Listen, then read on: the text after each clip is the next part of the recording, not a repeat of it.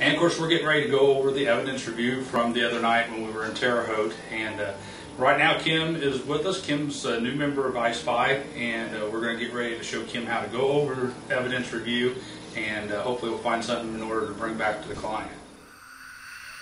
All right, Kim, here's the audio from the other night. What I need you to do is go ahead and listen to it. And if you find something, just give me a holler, and we'll put it on the computer and listen to it. John, I think you need to listen to this.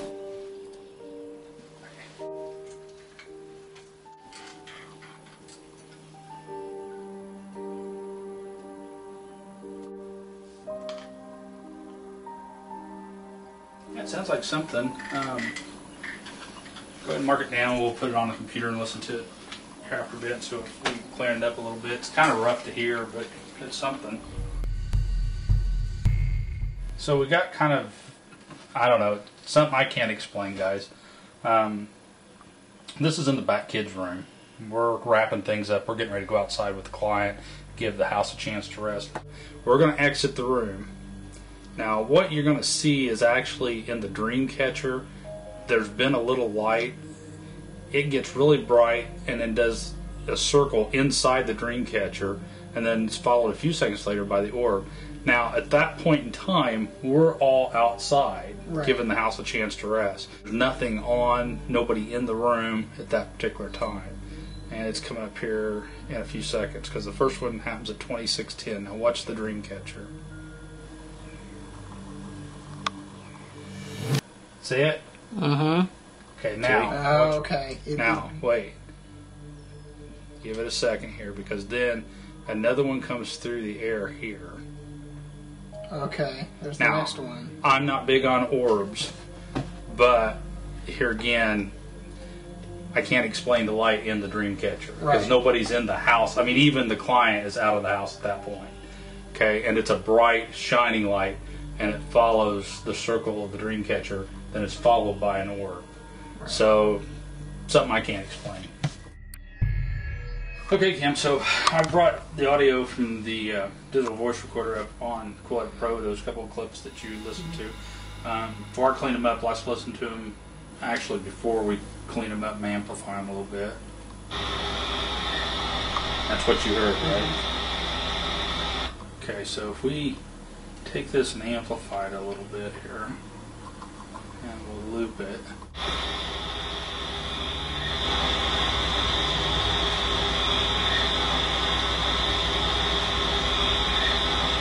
Kind of hard to tell what it's saying. Yeah.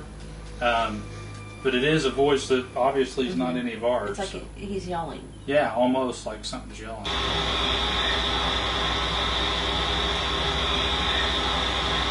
It's almost like eat this, but I don't think it is. I know. Let's listen to the second cut now that you had. And again, we'll listen to it without any amplification on it.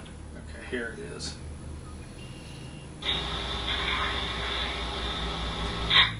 Okay, there's definitely something there.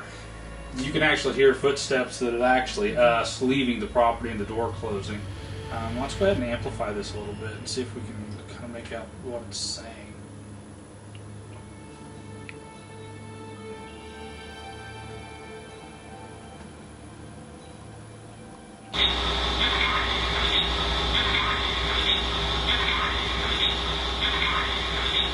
Can you make it out? No. Listen to it real close. You're annoying me. Yep. Or you're annoying to me is what it sounds like to me.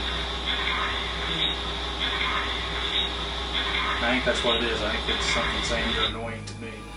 A couple great catches you got. So we'll present that to the client and kind of see if that's something they might have heard before. Maybe it's a voice they might know. So good catch. So we were looking at the evidence, and we think we saw some things we just can't explain. I mean, there were certain orbs that we were seeing on the tape that was prior to us leaving the room, which can be like some dust or something, because there might be some reflecting off some light that were reflecting off light that was coming from some of our equipment. But once we leave the room, there's really no way you can explain what we saw in that dream catcher. And of course, I'm not a big fan of orbs because I think a lot of people, they see an orb and they get all excited. Well, I've seen orbs that have been bugs. When you slow the video down, you actually see the wings of the insect. I've seen orbs that are dust. The one was really strange because it was just like inside that dream catcher, and it actually just followed the circle of the dream catcher. Yeah. And like I say, we were all out of the house, including the homeowner, so that one was a little bit more difficult to explain. And then within seconds, then that one orb comes in the frame, floats in, floats right back out. Right. And it wasn't like any normal dust would just be on a regular flight path. This one actually changed path as it was going through the frame. A couple different things, that you can't explain. You had a couple good Kim takes on audio. Yeah, they were good. Yeah, we got a couple of those. It's very hard at times when you first listen to them in the little audio recorders. That's the reason we kind of like to put them on the big screen and on the audio Cool Edit Pro program. We can clean them up a little bit. We can amplify them. Kind of try to tell what they're saying. Got to remember these are just whispers that we're hearing, basically. But then once you get it, yeah, once you get it, it's there. Saying, yeah. So all in all, it was a pretty good investigation. A good time for you to learn how to start doing evidence review. So we look forward to that, and look forward to you being on some of these investigations out in the field as well. Mm-hmm. What I thought was really interesting was once we left the room, that dream catcher seemed to be giving off a light source. Yeah, right. And that was, there's nothing that you could explain to explain that once we left the room. Actually, I did talk to after we done the investigation. I did talk to a friend of mine who's Native American, and showed her the video. She had no explanations of why a dream catcher would do something like that. Mm-hmm. So, like I say, it's kind of neat. So, for this first go around, what do you think?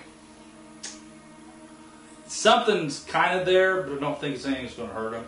The homeowner did say in the interview that night that they'd had the house blessed years ago when her mother was alive. Is it haunted? I don't know. I just didn't get the feeling. Usually when you walk in a place, your hair will stand up on end. You get the goosebumps. I didn't get that. It was a very. I didn't even hear the house settle. Mm-hmm. It was a very relaxed house. So if there is something there, I don't think it's going to hurt them. To me, I think it's no more or less haunted than any other place in the area. Right. We do contend that just about every place we go has some sort of energy to it. And we've always said that 80% of anything paranormal we can debunk. Right.